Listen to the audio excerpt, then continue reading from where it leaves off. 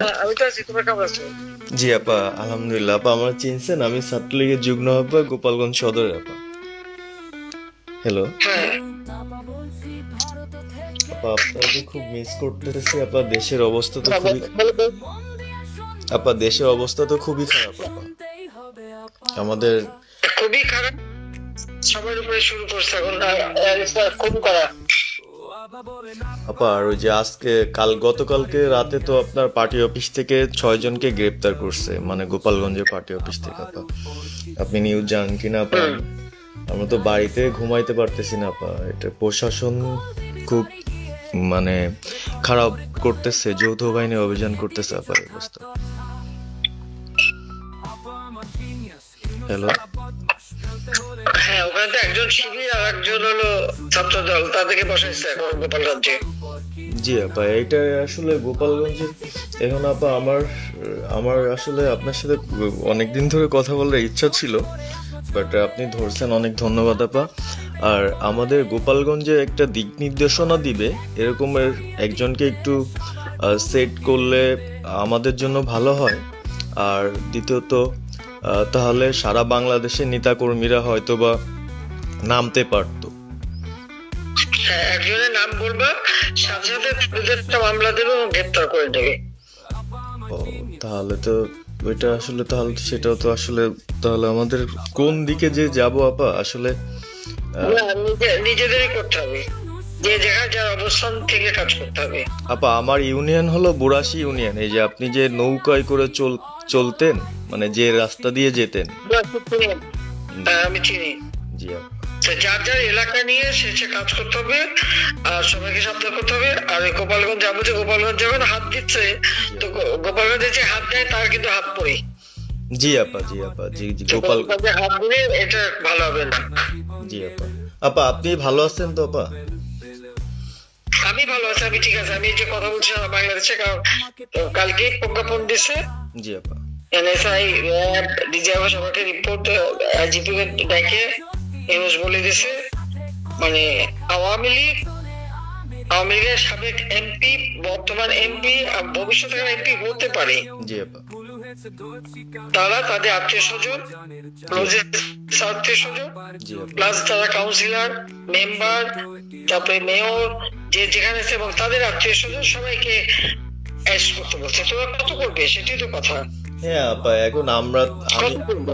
আমি কালকে আমাদের ইউনিয়নের চেয়ারম্যান, আপনি চিনেন কি না জানি না, এম ননি আহমেদ ননি, উনার সঙ্গে একটা মিটিং করলাম, কথা হয়েছে অনেকক্ষণই। তো উনি দিক নির্দেশনা দিল এবং কালকেই যাওয়ার কথা ছিল আমাদের একটা মিছিল নিয়ে, বুড়াশি ইউনিয়নের যারা ছাত্রলীগ করে কর্মী যারা আছে এদের নিয়ে আমরা একটা মিছিল নিয়ে যাওয়ার কথা ছিল। কিন্তু তার ভিতরই, মানে সন্ধ্যার পরে 7টায় প্রোগ্রামটা ছিল, আহ, তার ভিতরে নিউজ আসলো যে যৌথ বাহিনী অভিযান চলবে।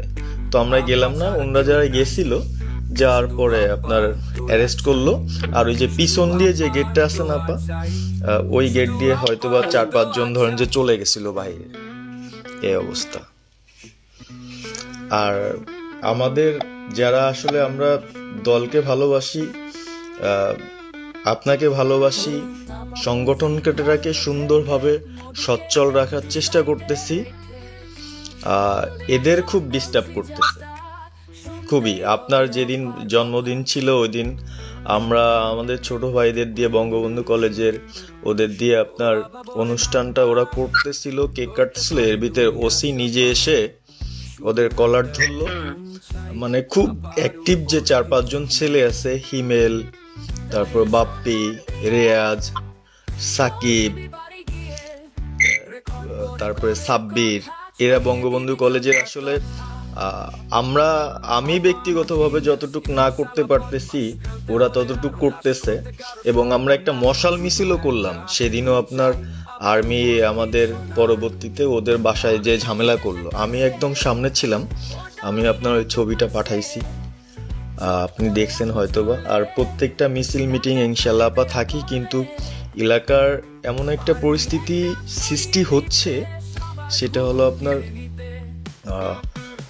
75 পরবর্তীতে যেভাবে মানুষজন ভয় পাচ্ছিল, সেই জিনিসটা আপা সবাই করতে চাচ্ছে।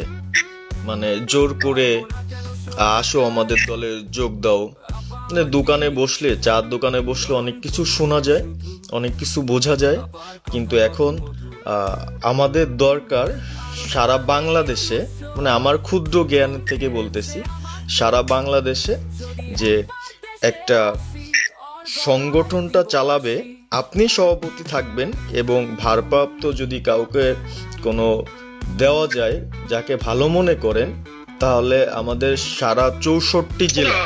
জি আপা, দাঁড়াও, একটু পাকা কথা এখন বলার সময় না। সরি। এখন যার নাম দেব তাকে সবার আগে অ্যারেস্ট করবে, আর তার নামে সবার আগে মামলা দেবে। জি আপা। আপা আমাদের মাঝে মাঝে ওই যে প্রেস, মানে কালকে যে প্রেসটা দিচ্ছে এটা আমি সুন্দর পড়ছি, অনেক ভালো লাগছে এবং আমি আমার ফেসবুকে ছাড়ছি। হ্যাঁ, ওটা আমি নিজে দেখে দিছি, আমি কারেকশন করে দিছি এবং আমাদের টিডিআর ফেসবুক ওটা দেওয়া হচ্ছে, ওইভাবেই যাবে।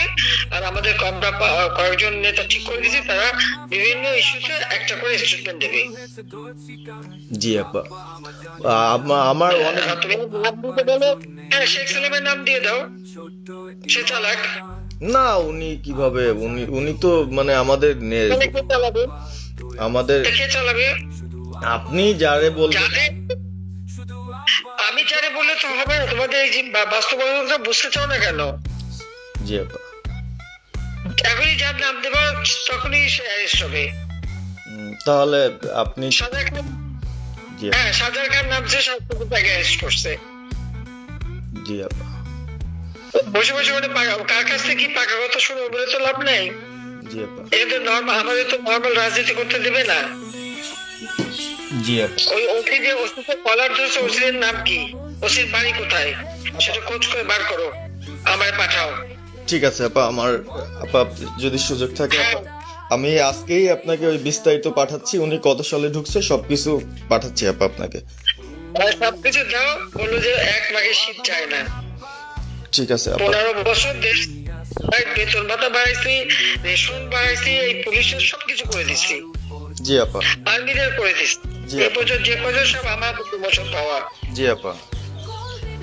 আর এখন ওই সুদ করে ইউনুসের কথা শুনে লাফাচ্ছে, আর ওই জামাতের ওরা কয়দিন আছে, জি আপা। সামনে 1 মাস থেকে কিনে দেখো।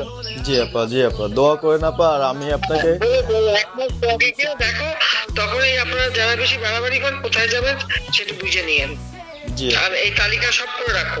আপা। আর যারা এই যে ঘর বাড়ি ভাঙা পোড়ানো, তাদেরকেও হিসাবটা নাম রাখো, এবার যেন ভুল না হয়, পরে এর চাচা, ওর মামা, ওর শ্বশুর, ওর শাশুড়ি, এইগুলি যেন না হয়।